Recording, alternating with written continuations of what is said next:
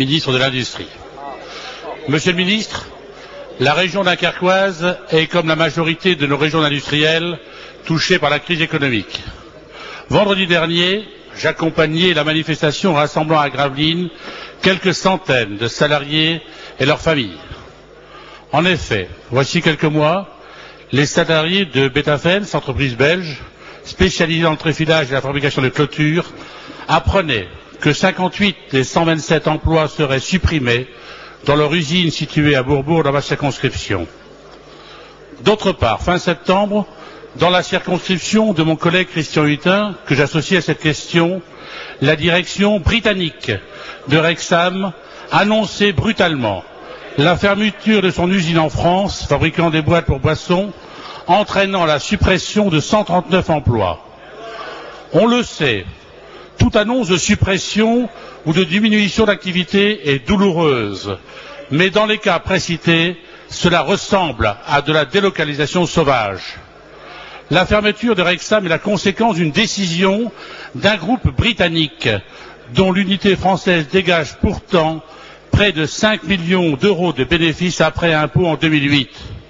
Monsieur le ministre, bien souvent, des collectivités territoriales de gauche comme de droite ont consenti à des efforts fiscaux. Je pense notamment aux exonérations de taxes professionnelles accordées par la communauté urbaine de Dunkerque afin de faciliter l'implantation d'unités de production dans le secteur. Que pouvons-nous répondre à ces élus locaux mis devant le fait accompli?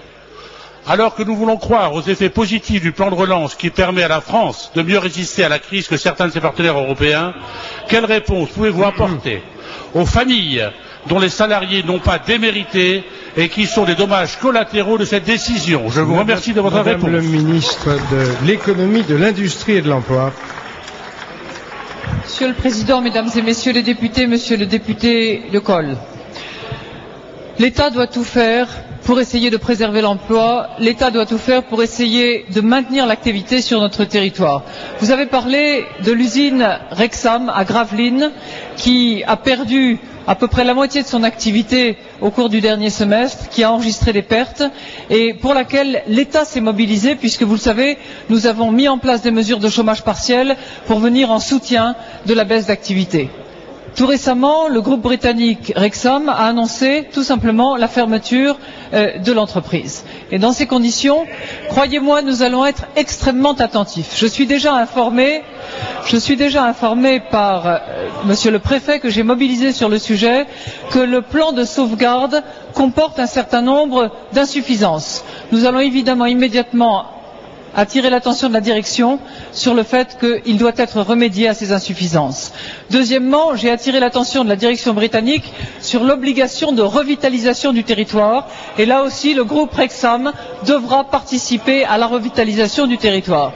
Et puis si enfin, dans le cadre d'allègement, d'encouragement, d'incitation, soit à l'initiative de l'État, soit à l'initiative des collectivités locales, s'il y avait des engagements de maintien d'emploi, eh bien le groupe Rexam, qu'il soit britannique ou non, devra être obligé de rembourser ou de tenir ses engagements et nous nous efforcerons d'obtenir la réalisation de ces engagements.